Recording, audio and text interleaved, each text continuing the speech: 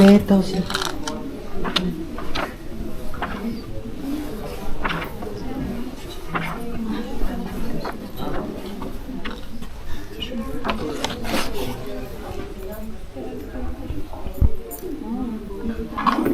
Другите фестивали на науката в България имам огромната привилегия вече 13 години да правим научни фестивали в България и знаем колко важни са те за всеки един от нас, но като граждани от една страна, но и за всички хора, които се занимават с наука в България, както и за тези, които се надяваме, че ще се присъединят към учените в бъдеще. Един фестивал се прави много трудно. Прави се трудно, защото включва много хора от много различни области. Ето за това е изключително важно да имаме партньори. И ние сме много горди, че в първия ден на фестивала, който е най-трудният ден на всеки един фестивал, вие сте тук за първата от общо над 50 публични лекции, шоута, презентации и различни формати за деца и възрастни в следващите 4 дни. Така като казах партньори, не случайно видеото на А1 върви в момента, защото това са партньори, които започнаха заедно с нас още през 2011 година да подкрепят усилията за публично представяне на наука на разбираем език, така че ние с вас, аз лично, също да научим какво се случва в България, да се гордеем с това, което се случва и това, което аз твърдя непрекъснато, най-сетне да разпознаем учените като истинските ролеви модели в страната ни. Тази вечер ще бъде точно това. Ще представим една абсолютно нова инициатива с огромен мащаб и с много сериозно и дългосрочно влияние върху бъдещето на страната ни, защото ще представи възможността да опознаем много повече хората в България, а това води до възможности за тяхното лечение. Геномът на България е най-новия проект, който медицината ни подхваща. Той е колективно усилие на лекари и изследователи от цялата страна. Аз лично се гордея с това, че още когато видях обявата за набиране на доброволци за даване на кръвна проба, веднага и без да се колебая се записах в този списък и мога само да призова всички ни да направим това, защото само познаването на цялото многообразие от български генни банки, лекарите, изследователите ще могат да вземат правилните решения за нашето бъдеще.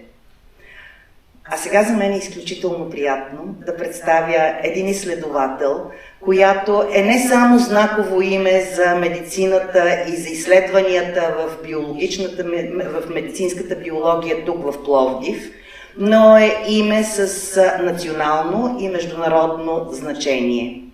Професор доктор Виктория Сарафян, която вие може би познавате, но аз със сигурност бих искала да стане, както се казва на английски, household name, име, което всеки човек да познава.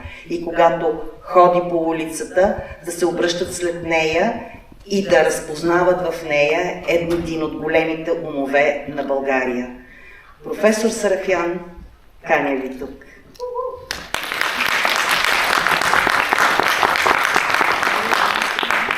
Благодаря.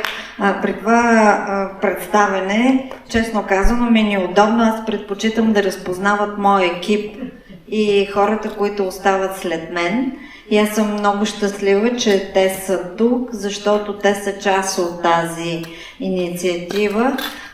Трябва да призная, че съм свикнала да изнасям лекции в 7 сутринта, но 7 вечерта ми изглежда много странно време. Явно и вечер и сутрин по това време идват най-мотивираните и е предизвикателство все пак да ги задържим будни и концентрирани в това, което имаме да им кажем.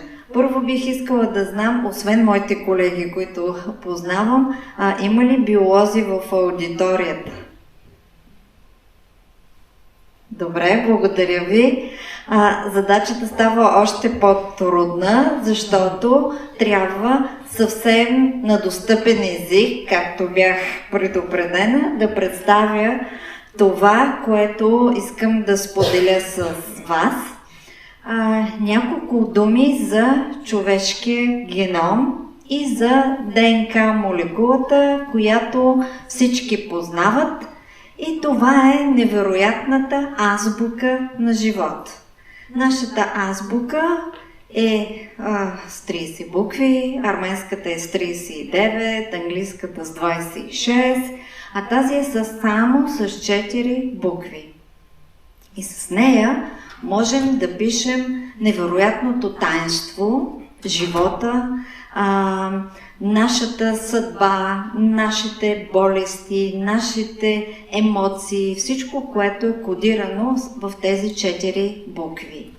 И тази изключителна молекула, ДНК молекулата, е изградена от множество малки елементи, мономерите.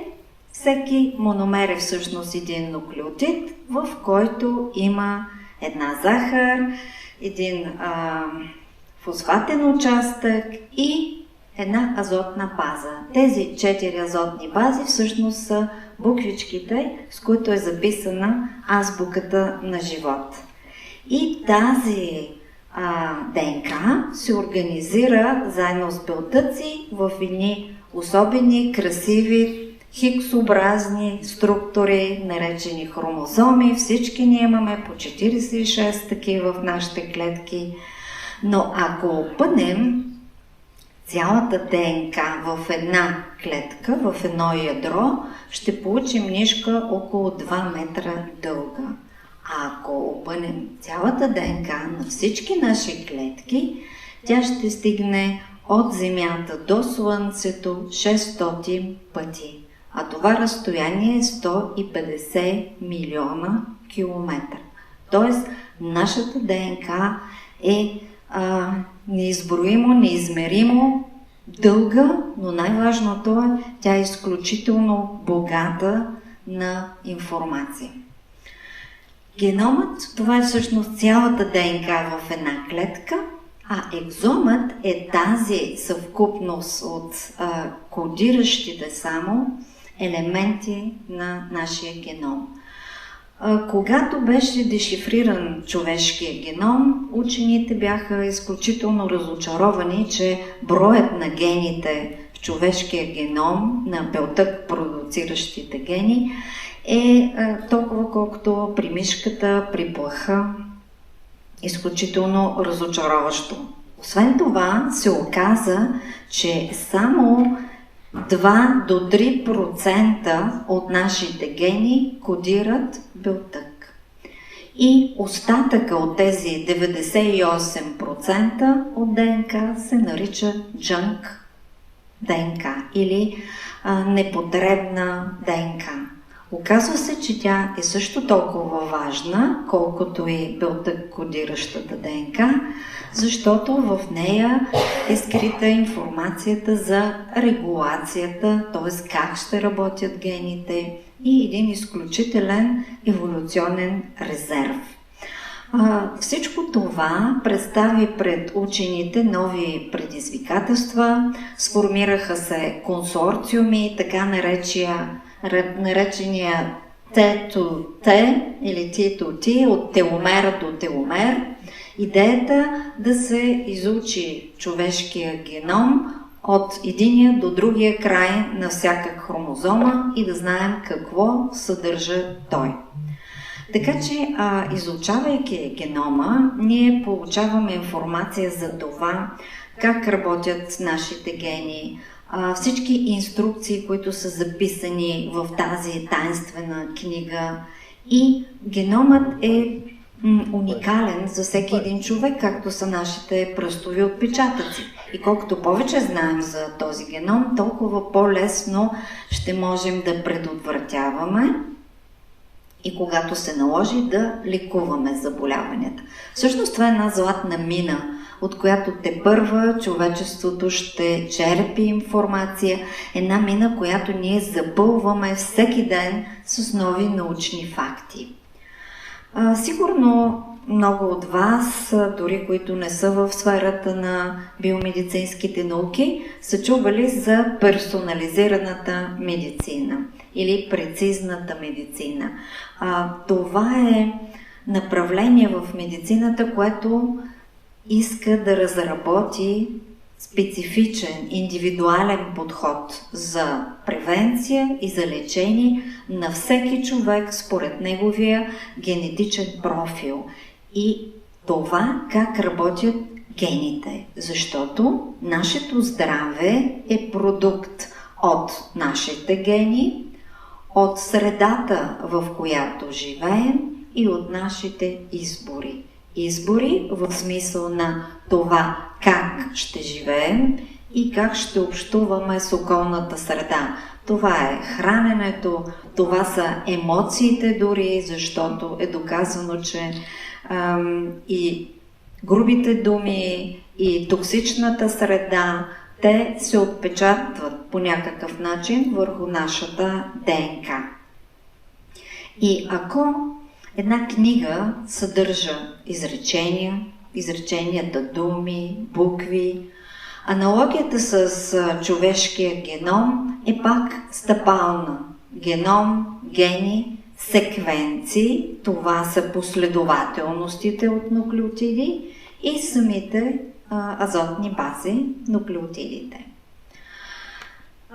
За да знаем каква точно информация се крие в нашия геном, ние трябва да можем да го прочетем.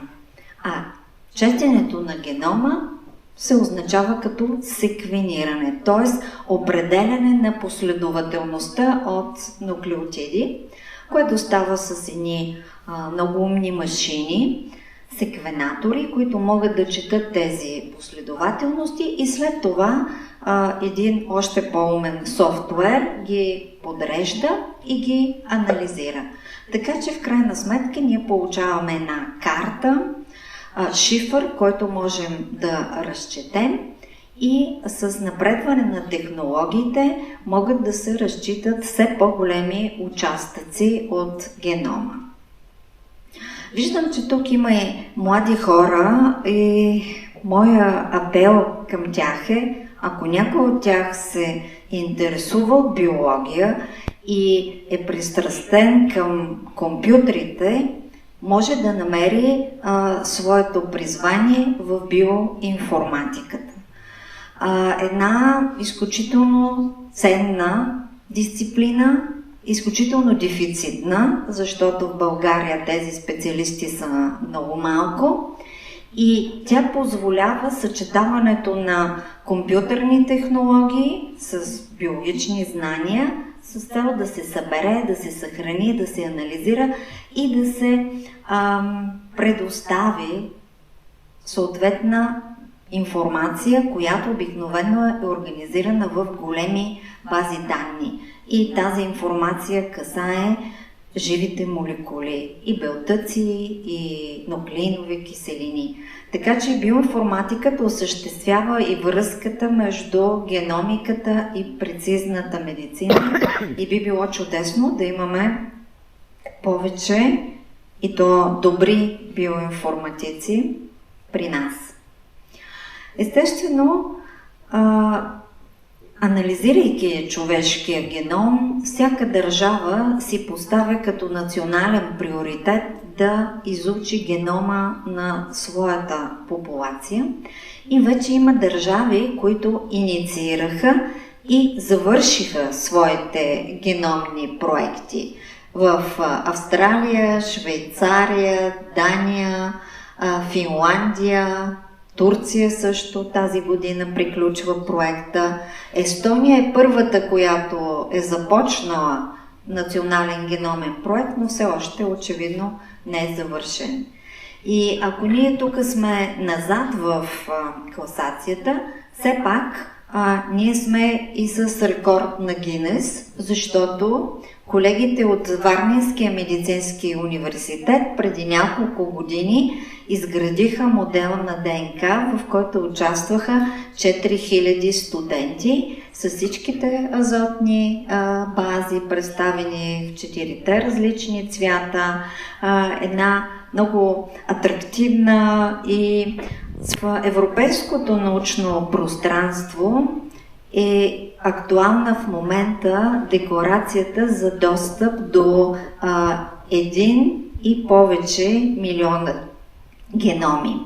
25 страни от Европейския съюз плюс Великобритания и Норвегия участват в тази инициатива с идеята да съберат съвместно, да обменят данни, които са организирани в национални геномни банки.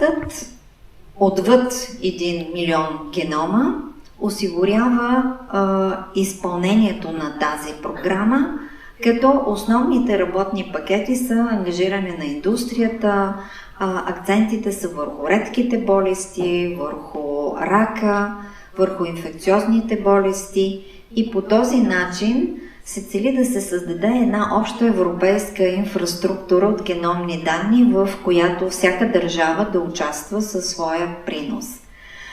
Ние сме привилегировани за това, че Министерството на образованието и науката подкрепи Геномът на България, този проект, в който участваме съвместно с колегите от Софийския медицински университет, Центъра по молекулна медицина. Радвам се, че има техни представители и тук. И идеята на този проект, Геномът на България, е да изгради една референтна извадка от българската популация, в която да разполагаме с генетични данни на основните етнически групи, които населяват страната. Програма Максимум е над 6500 такива генома, а срока за реализиране е 5 години. В момента ние сме на първи етап, в който трябва да анализираме 1000 генома и тази инициатива е подкрепена от Министерството на образованието и науката. Чисто практически тази идея включва получаване на биологичен материал, кръв, изолиране на ДНК, биобанкиране или съхранение и цялостно геномно изследване, за да може да се анализират вариациите в различните генотипи и да се изгради една национална геномна банка и най-вече да имаме информация за здравното състояние на базата на тези данни. Каква е ползата? Разбира се, винаги когато се подхожда към подобна инициатива и тя трябва да бъде финансирана, трябва да са ясни ползите от тази инициатива. Много мащабни ресурси от биологични данни очакваме да получим на цели популации, както на здрави хора, така и на хора с определени заболявания. И това ще подобри диагностиката и още по-важно превенцията на много заболявания. Така че профилактичните програми, които в момента в България са доста ограничени, много се надяваме, че ще намерят свое добро развитие.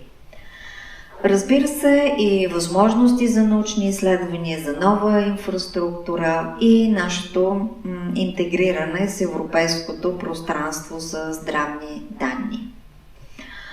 Защо са важни тези проучвания? Защото има популационни различия по отношение на много заболявания или състояния при хората. Например, лактозната непоносимост, която се изразява в нетолерантност към млечните продукти, е много по-разпространена в Южна Африка, южните части на Южна Америка, виждате в Азия, в определени региони тя достига до 80 до 100%. Това е важно, за да се осигури съответната профилактика, здравната култура, промишлеността, селското стопанство, да се ориентира към производство на такива храни, които ще се толерират по-лесно от хората. Тоест, здравните данни не касаят само състоянието на конкретния човек. Разбира се, драмата е голяма, когато определен човек, семейството му се сблъсква с дадено заболяване. Но погледнато глобално, тази информация ни позволява да реорганизираме цялостното производство, инфраструктура, икономика, здравни грижи. Отношението е много по-дългосрочно и много по-сериозно. Същото важи и за разпространението на честотата на разпространение на различни мутации, варианти на генни полиморфизми при различни други заболявания. Все повече в контекста на персонализираната и на прецизната медицина се говори за връзката между рак и фармакогеномика. Има форми на рака, които са подходящи за определен тип лечение, само ако те притежават определен генетичен профил. Нашата катедра и нашата лаборатория от години работи върху фармакогенетичните аспекти на рака на дебелото черво. При определен тип мутации при пациенти с това заболяване, отговора към таргетната терапия, прицелната терапия на рака е много по-слаб и няма смисъл да речем от това лечение. И нашата роля е да насочим колегите онколози в избора на точното лечение за точния човек. Затова генетичните изследвания са изключително важни, те вече навлизат в клиничната практика и колегите търсят такава информация и квалифицирани специалисти, които да им я осигурят. Как може да се участва в проекта за генома на България? Първото условие е да сте пълнолетен български гражданин и да сте съгласен вашите геномни данни да бъдат депозирани, да бъдат достъпни за научни изследвания, като те така са анонимизирани, че не водят до конкретна връзка между определен човек, здравно състояние и получените генетични анализи. За да се достигне до съответния човек е необходим специален достъп, който да бъде разрешен и той е на най-високо ниво. Така че данните наистина са анонимни и се гарантира това, че ще бъдат използвани само за научни цели. За да може човек да се включи в този проект, трябва да попълни анкетна карта. Въпросите не са малко. Те са достъпни в линк, който всички може да имате на разположение. После QR кода ще видите на афишите. Идеята на тази анкетна карта е да се посочи произхода, история, фамилната здравна история и това да ориентира в последствие изследователите при анализа на данните. Информирано съгласие, разбира се попълва, както при всички подобни клинични проучвания и се дарява реално 10 мл кръв за изолиране на геномна ДНК. Не боли, това е една обикновена манипулация, която се извършва при всички условия на добрата лабораторна практика. Как може да станем доброволци и къде може да стане това изследване? Двата центъра, Медицински университет София, Медицински университет Пловдив, след предварителна заявка и попълнена анкета, като кръв се взема във всеки делничен ден от 9 до 14 часа в София, а в Пловдив понеделник, вторник и сряда от 14 до 16 часа и няма значение дали е нагладно или човек е ял преди това. Разбира се, има много достъпна информация за този проект, който и професор Кънева е споделила и в радиопредавания, и в други медии. И към финала на тази презентация, говорейки за код, за генетичен код, всъщност може да споменем и за този уникален код, канатица, който може би познавате, който е скрит в уникалните български шивици, които, които се намират в различните региони на страната. Думата канатица всъщност произлиза от санскритски и тези символи са познати около 6500 години преди новата ера и думичката кан означава светлина. Тоест, този код, в който е закодирана светлината на знанието и на нашата принадлежност, е изключително важен и на всички езици той се разчита по следния начин. Виждаме мъжкото и женското начало, сватбата, семейството, рода и народът. И всеки народ носи своя генетичен код, който е неповторим, който е специфичен и в който е записана и нашата фамилна и родова история и това, което ще предадем на следващите поколения. И тъй като говорим за гени, всъщност гените са изключително важни, но гените не са съдба.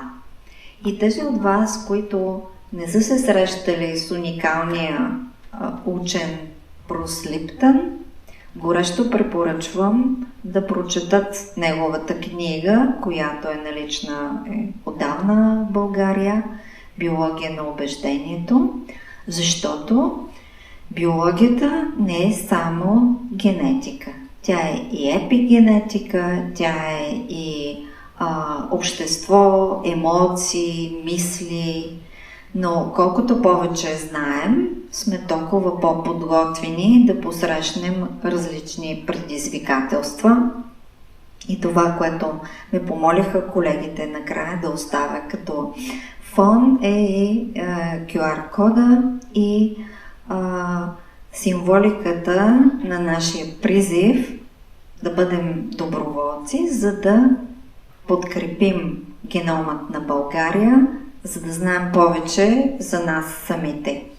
Благодаря ви за вниманието в този късен час.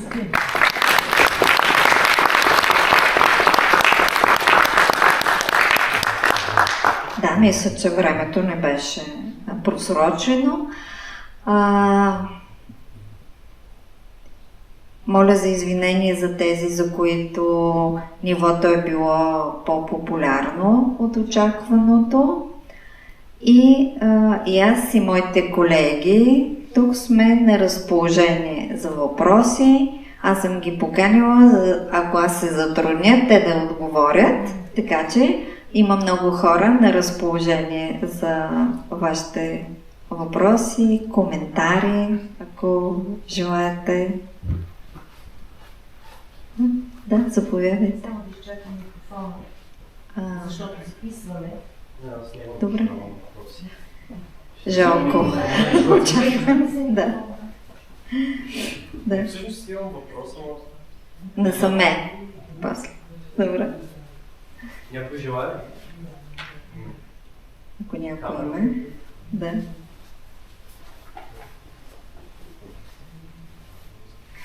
Аз имам технически въпрос. Колко дълго очаквате да продължи проучването, т.е. кога книгата, геномната книга на България ще бъде готова според вашите очаквания? Минимум 5 години, защото за 5 години е предвиден проект. След това има доста дълго време на биоинформатичен анализ и тези лица, при които се установи евентуално риск, който може да бъде предотвратен, могат да бъдат профилактирани, те ще получат обратна връзка и информация за това. Ако всичко е наред, както се надяваме, не се и налага повече информация, защото, пак казвам, тя не касае някакви физически признаци, а точно гените, свързани с заболявания и малформация евентуално. Да. Други въпроси? И освен за генома, ако някой се интересува от медицинската биология и от Медицинския университет в Пловдив, също е добре дошъл. Да.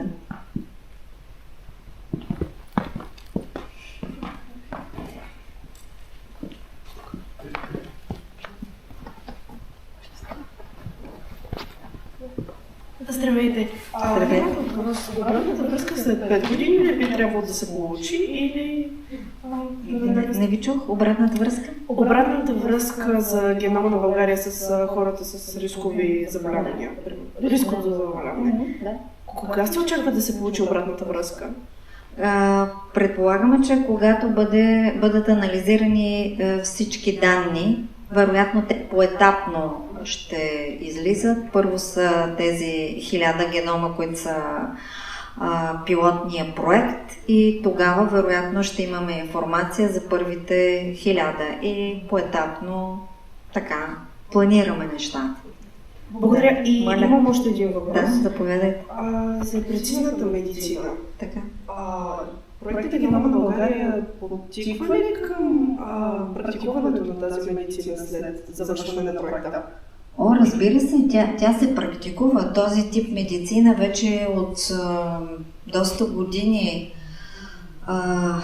е актуална. Ние дори я преподаваме на нашите студенти. Много колеги, особено в областта на онкологията, на ревматологията, психиатрията, има определени заболявания, при които генетичната характеристика определя и отговора към лечението. Да, това е факт, а пък с генома на България очакваме да имаме още по-голяма яснота и върху други заболявания.